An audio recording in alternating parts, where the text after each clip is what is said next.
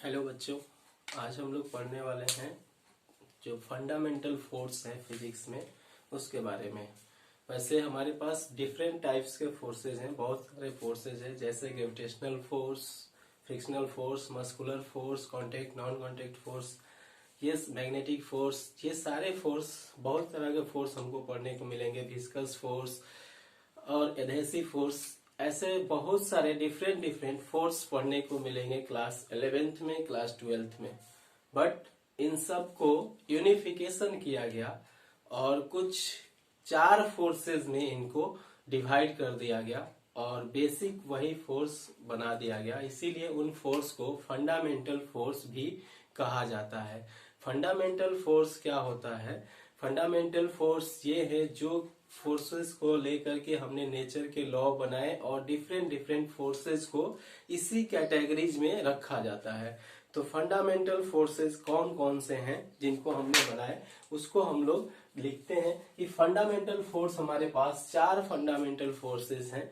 जो first fundamental force है वो है ग्रेविटेशनल फोर्स। ग्रेविटेशनल फोर्स हमारा फर्स्ट फंडामेंटल फोर्स है। उसके बाद जो हमारा सेकेंड है वो है इलेक्ट्रोमैग्नेटिक फोर्स, और थर्ड है स्ट्रॉन्ग न्यूक्लियर फोर्स, और फोर्थ है वीक न्यूक्लियर फोर्स। ये 4 फंडामेंटल फोर्स ही हमारे नेचर में एग्जिस्ट करते हैं। ऐसा बताया जाता है पूरा यूनिवर्स इन्हीं 4 फोर्सेस के कारण वर्क करता है। तो जो ये फोर्सेस हैं उसके बारे में हम लोग डिटेल्स में स्टडी करेंगे। जो फर्स्ट फोर्स है ग्रेविटेशनल फोर्स, उसको हम लोग अभी देखेंगे। तो फंडामेंटल फोर्स लिखेंगे, फंडामेंटल फोर्सेस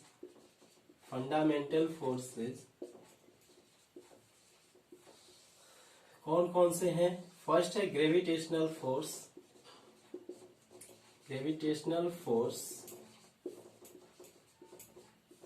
सेकेंड है इलेक्ट्रोमैग्नेटिक फोर्स, ठीक है। थर्ड है स्ट्रॉन्ग न्यूक्लियर फोर्स, और फोर्थ है वीक न्यूक्लियर फोर्स,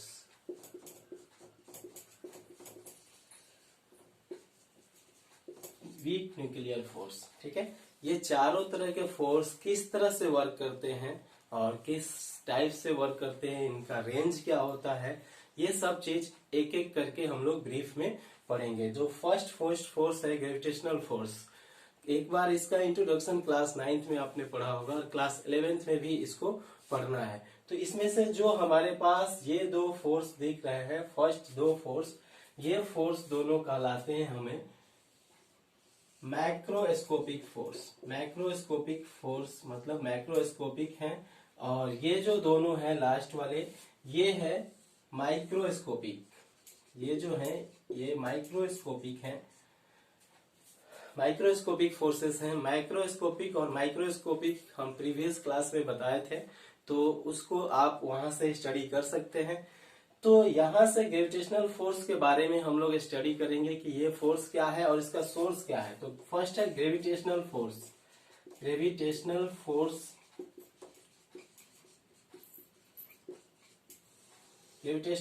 क्या होता है? ये 2 ऑब्जेक्ट के बीच में लगता है जिनके पास मास हो। जो भी ऑब्जेक्ट जिनके पास मास हो उनके पास ग्रेविटेशनल फोर्स उनके बीच में लगता है। Means the force applied due to masses of 2 bodies is called gravitational force. इसको डिटेल्स में हम लोग पढ़ेंगे क्लास 11th में। और ग्रेविटेशनल फोर्स का जो सोर्स है वो है मास, मतलब मास के कारण ग्रेविटेशनल फोर्स लगता है। और किस पे लगेगा? एक दूसरा ऑब्जेक्ट जिसके पास मास हो। मींस ये एक मास वाले ऑब्जेक्ट से दूसरे मास वाले ऑब्जेक्ट के बीच में ये फोर्स लगता है। इसको हम लोग बोलते हैं ग्रेविटेशनल फोर्स। जो हमारा थर्ड है इसका पॉइंट कि ये जो फोर्स है, ये फोर्स हमारा किस टाइप का फोर्स है, इसका नेचर क्या है, ठीक है। नेचर क्या है और टाइप क्या है इस फोर्स का? तो ये हमेशा अट्रैक्टिव फोर्स है, मतलब एक मास दूसरे मास को अट्रैक्ट करता है, ऐसा हम लोगों ने पढ़ा है। ऐसा एक्सपेरिमेंट में कैवेंडिश ने बताया था, गैलीलियो ने स्टार्टिंग किया था, लेकिन कैवेंडिश के एक्सपेरिमेंट से पता चला कि हमारा जो एक मास है वो दूसरे मास को अपनी तरफ अट्रैक्ट करता है। तो ये चीज है, इसका नेचर है अट्रैक्टिव नेचर, अट्रैक्टिव फोर्स है ये जो ग्रेविटेशनल फोर्स है, ठीक है। और ये ग्रेविटेशनल फोर्स का रेंज क्या है, मतलब कहां से कहां तक ये लगेगा, तो इसका रेंज बहुत है, इनफाइनाइट रेंज है इसका, मतलब ये दूर तक लगता है, जैसे एक स्टार से दूसरे स्टार तक का फोर्स लगता है। पूरे हमारा यूनिवर्स जो है वो ग्रेविटेशनल फोर्स के चलते टिका हुआ है। एक स्टार से लेकर के ये दूसरे स्टार तक का फोर्स यहाँ पे ग्रेविटेशनल फोर्स के कारण लगता है। तो इसका रेंज बहुत ही हाई हुआ, क्योंकि एक स्टार से दूसरे स्टार तक का डिस्टेंस बहुत ही ज्यादा है। हमारे प्लैनेट्स के बीच का डिस्टेंस बहुत ज्यादा है, वहां भी हमारा ग्रेविटेशनल फोर्स वर्क करता है। तो ये एक लार्ज रेंज फोर्स हुआ, इसको कह सकते हैं कि इसका रेंज जो है वो लार्ज रेंज फोर्स है, बहुत बड़ा रेंज फोर्स है, दूर तक लगने वाला फोर्स है, ये काफी डिस्टेंस तक लग सकता है ये फोर्स, ठीक है। और इसके बाद हम लोग पढ़ेंगे कि इसका स्ट्रेंथ क्या है, मतलब इसका कितना पावर है, कितनी मजबूती है। तो कंप्रेसिव स्ट्रेंथ नेक्स्ट है, कंप्रेसिव स्ट्रेंथ जो है, तो ये बहुत ही वीक फोर्स है, बहुत ही ज्यादा वीक फोर्स है। अब ऐसा समझ में आएगा, इतना वीक फोर्स है फिर भी हम किसी ऑब्जेक्ट को छोड़ते हैं नीचे गिरता है। ये वीक फोर्स है, लेकिन है क्या ये फोर्स, ये फोर्स के पास, अगर अर्थ के पास मास ज्यादा है, स्टार्स के पास मास ज्यादा है, इसलिए ये फोर्स ज्यादा वर्क करता है। लेकिन ये वीक फोर्स है, हम लोग इसका कांस्टेंट का वैल्यू हम लोग जानते हैं क्या होता है, 9.1 into 10 to the power something 24 ऐसे होता है, ठीक है।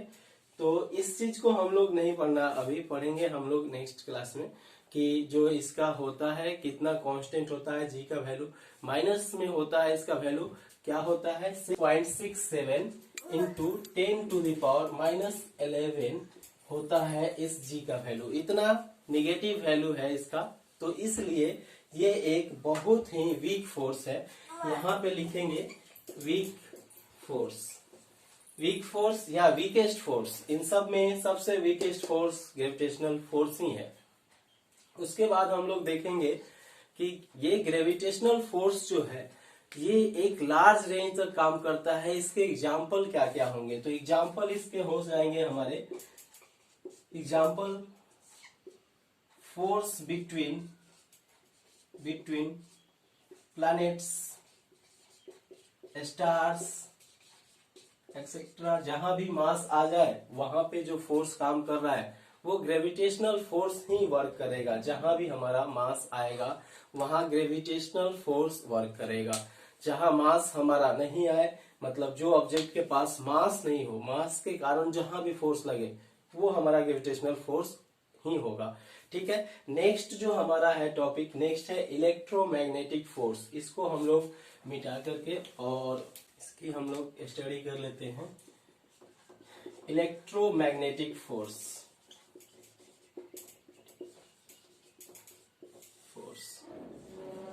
इसका सोर्स है चार्ज, मतलब एक बॉडी जिसके पास चार्ज है वो दूसरे बॉडी पे फोर्स लगाएगा जिसके पास चार्ज हो। मतलब अगर एक चार्ज बॉडी है, मतलब चार्ज बॉडी के पास अगर एक चार्ज है, एक बॉडी है उसके पास चार्ज है, वो दूसरे बॉडी पे फोर्स लगा सकता है, वो फोर्स होता है electromagnetic force. The force due two charges of the body is called electromagnetic force. तो हम लोग सोर्स इसका लिखेंगे कि सोर्स है इसका चार्ज। अब लिखेंगे कि ये जो सोर्स टाइप है किस टाइप के फोर्स है या किस पे एक्ट करता है, एक्ट ऑन, किस पे एक्ट करता है, तो ये भी दूसरे चार्ज बॉडी पे एक्ट करता है, दूसरे चार्ज पार्टिकल पे एक्ट करता है जिसके पास चार्ज हो। जैसे हम लोग जानते हैं प्लस क्यू चार्ज है, माइनस क्यू चार्ज है, इन दोनों के बीच में फोर्स लगता है, या फिर प्लस क्यू है प्लस क्यू, इसके बीच में फोर्स लगता है। ये दोनों का फोर्स होता है रिपल्सिव और इन दोनों का फोर्स होता है अट्रैक्टिव। तो इस तरह से हमको ये पता चला कि इसका जो नेचर होगा वो दोनों हो सकता है, अट्रैक्टिव एंड रिपल्सिव। नेचर क्या हो जाएगा, अट्रैक्टिव एंड रिपल्सिव। अट्रैक्टिव और रिपल्सिव दोनों ही टाइप का फोर्स है हमारा इलेक्ट्रोमैग्नेटिक फोर्स। और तीसरा हम लोग पढ़ेंगे कि जो ये फोर्स है इसका रेंज क्या है, इसका रेंज क्या है। तो इसका भी रेंज है इनफाइनाइट, इनफाइनाइट डिस्टेंस तक ये भी फोर्स काम करता है। एक चार्ज पार्टिकल का जो फील्ड होता है वो इनफाइनाइट होता है, डिपेंड करता है strength of the charge particle. इसको क्लास 12th में स्टडी करना है।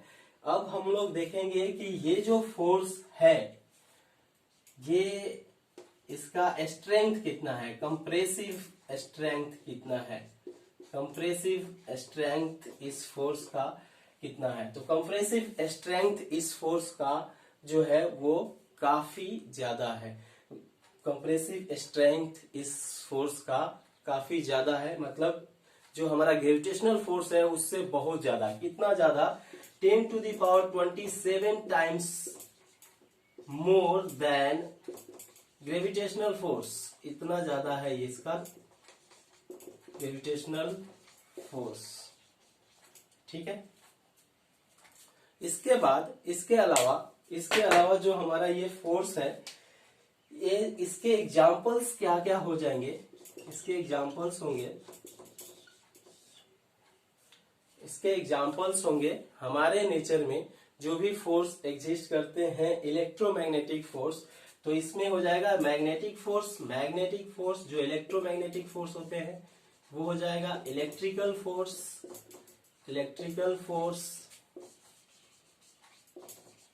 एक्सेट्रा। तो ये था हमारा इलेक्ट्रोमैग्नेटिक फोर्स का ब्रीफ कि इलेक्ट्रोमैग्नेटिक फोर्स क्या होते हैं। ये हमारा सेकेंड था। इसके बाद हमारा थर्ड है strong nuclear force. Strong nuclear force क्या होता है उसको हम लोग अभी स्टडी करेंगे। तो स्ट्रॉन्ग न्यूक्लियर फोर्स के बारे में हम लोग देखते हैं ये स्ट्रॉन्ग न्यूक्लियर फोर्स क्या होता है। थर्ड है स्ट्रॉन्ग न्यूक्लियर फोर्स।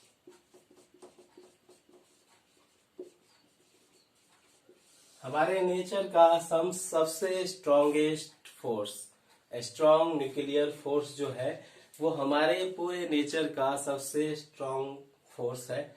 ठीक है, ये फोर्स हमारे किसी भी चार्ज, कोई भी पार्टिकल है उसके न्यूक्लियस के बीच में लगता है, न्यूक्लियस के अंदर में लगता है। जो प्रोटॉन होते हैं प्रोटॉन्स के बीच में लगता है और न्यूट्रॉन इलेक्ट्रॉन के बीच में जो फोर्सेज लगते हैं यही फोर्स होते हैं न्यूक्लियर फोर्स।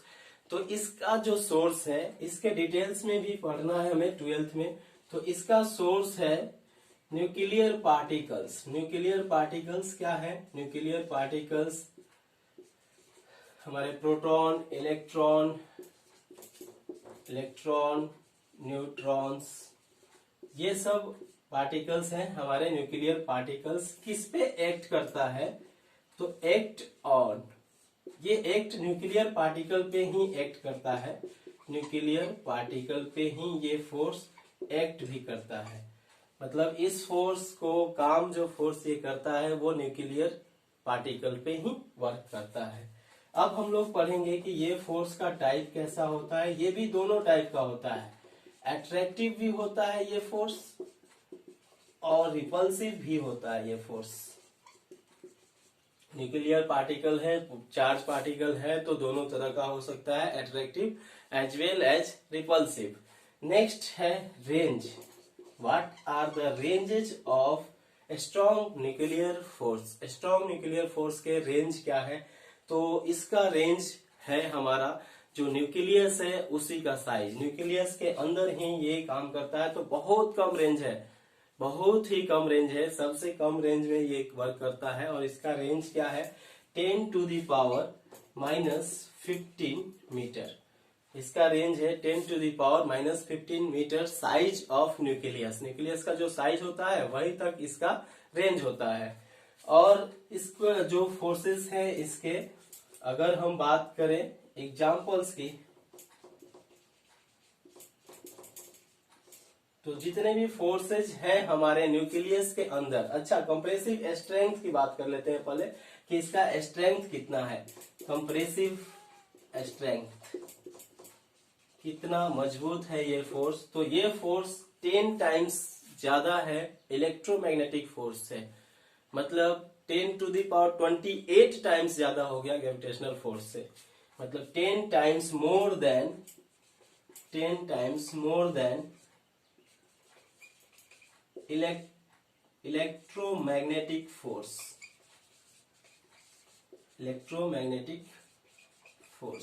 जो भी इलेक्ट्रोमैग्नेटिक फोर्स है उससे 10 गुना ज्यादा बड़ा है ये फोर्स। और इस फोर्स के एग्जाम्पल की बात करें, क्या क्या एग्जाम्पल है, तो हमारे न्यूक्लियस के अंदर ही ये फोर्स वर्क करता है, तो न्यूक्लियस के अंदर का फोर्स एक एग्जाम्पल हो जाएगा। एग्जाम्पल, फोर्स इन न्यूक्लियस में कैसे पार्टिकल्स एक दूसरे के साथ कंबाइंड है, एक दूसरे के साथ प्रोटॉन्स हैं, एक दूसरे के साथ वो जुड़े हुए हैं, ये काफी हाई स्ट्रेंथ के साथ जुड़े होंगे। एक प्रोटॉन के साथ जुड़ा है तो उसका स्ट्रेंथ काफी हाई होगा, इसलिए एक दूसरे के साथ जुड़े हैं, क्योंकि एक दूसरे को वो रिपेल करने वाले हैं लेकिन स्ट्रेंथ के साथ, मजबूती के साथ रोक के रखे हैं। ये फोर्स इसलिए इतना स्ट्रांग है। तो ये था हमारा स्ट्रांग न्यूक्लियर फोर्स। और हम लोग इसके बाद पढ़ेंगे हमारा जो फोर्थ है, वीक न्यूक्लियर फोर्स। तो वीक न्यूक्लियर फोर्स के लिए हम लोग स्टडी कर लेते हैं कि वीक न्यूक्लियर फोर्स क्या होता है।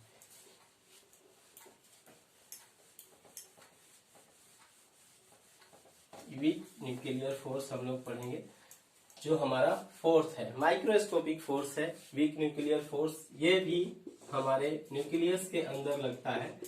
Weak nuclear force, weak nuclear force क्या होता है, ये भी माइक्रोस्कोपिक फोर्स है जो हमारे न्यूक्लियस के अंदर लगता है। इसके सोर्सेज भी वही है, न्यूक्लियर पार्टिकल। इसके भी सोर्सेज न्यूक्लियर पार्टिकल, ठीक है। और ये किस पे एक्ट करता है, ये भी एक्ट करता है on nuclear particle. Nuclear particle कब एक्ट करता है, जब वो एक दूसरे से टूट के बाहर जा रहे हो, मतलब कभी जब एक्सप्लोजन हो रहा हो, या फिर जो रेडियो एक्टिव एलिमेंट्स होते हैं अपनी एनर्जी रिलीज करते रहते हैं, उस टाइम ये फोर्स वर्क करता है। Means when nuclear particle come out, जब ये बाहर आएगा तब ये फोर्स लगता है, ठीक है। इस फोर्स की रेंज की बात करें तो रेंज के बारे में अभी इसके डिस्कवरी चल रहे हैं, ये अभी अंडर डिस्कवरी है, ठीक है। तो इसके रेंजेस के बारे में अभी बता नहीं सकते हैं, लेकिन न्यूक्लियस के अंदर ही इसका भी रेंज होगा। रेंज जो है वो इसका भी होगा यही। और नेक्स्ट जो है हमारा कि ये जो फोर्स है, ये फोर्स जो एग्जाम्पल्स हैं, तो इसको अभी डिस्कवरी चल रहा है इस फोर्स के बारे में, तो इसके बारे में उतना डिटेल्स में हमारे पास नॉलेज नहीं है कि इसको हम लोग ज्यादा डिटेल्स में पढ़ सके। लेकिन ये वीक होता है किससे, ये फोर्स वीक होता है हमारे स्ट्रॉन्ग न्यूक्लियर फोर्स से, और स्ट्रॉन्ग होता है इलेक्ट्रिकल फोर्स से। मतलब कंप्रेसिव स्ट्रेंथ की बात करें, कंप्रेसिव स्ट्रेंथ इस फोर्स की, तो weaker than a strong nuclear force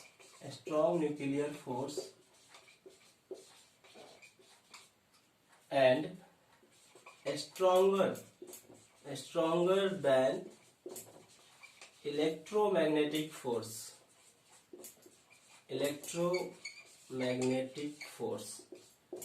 जो इलेक्ट्रोमैग्नेटिक फोर्स है उससे ये स्ट्रांग होता है, और जो हमारा इलेक्ट्रोमैग्नेटिक फोर्स है उससे स्ट्रांग होता है, और स्ट्रांग न्यूक्लियर फोर्स से ये वीक होता है ये फोर्स, ठीक है।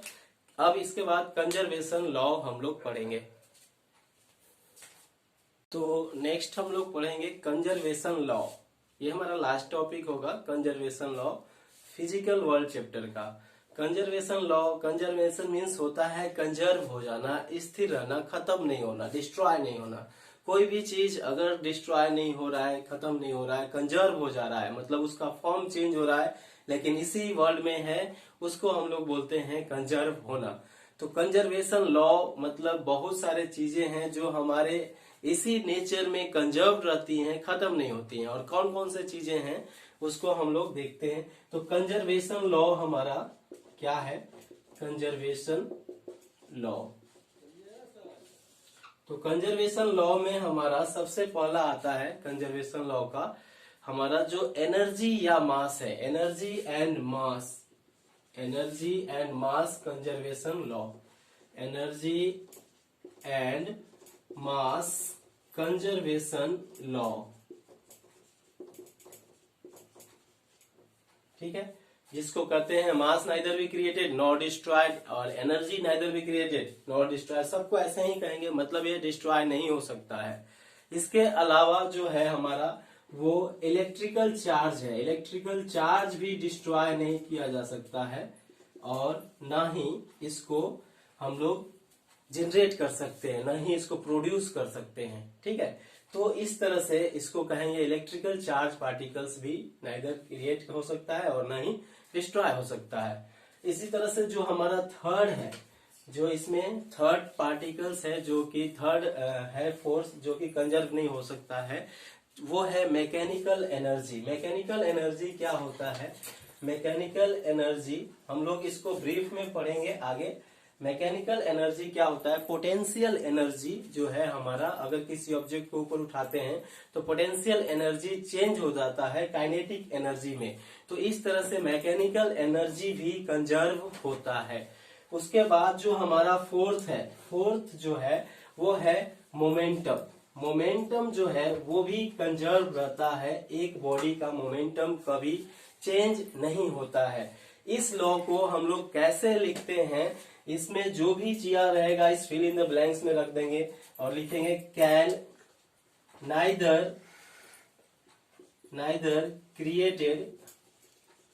Created nor destroyed. It can transfer from one dash to another place, body जो भी होगा वो हम यहाँ पे फिल कर देंगे। इस लॉ को इस तरह से लिखा जाता है कंजर्वेशन लॉ को, कि नहीं इस चीज को खत्म किया जा सकता है और नहीं बनाया जा सकता है। यही है हमारा कंजर्वेशन लॉ। तो इसको आगे हम लोग यहीं पे हमारा फिजिकल वर्ल्ड चैप्टर स्टार्ट होता है। अब हम लोग स्टार्ट करेंगे हमारा first chapter unit and second chapter unit and dimension. Okay, thank you.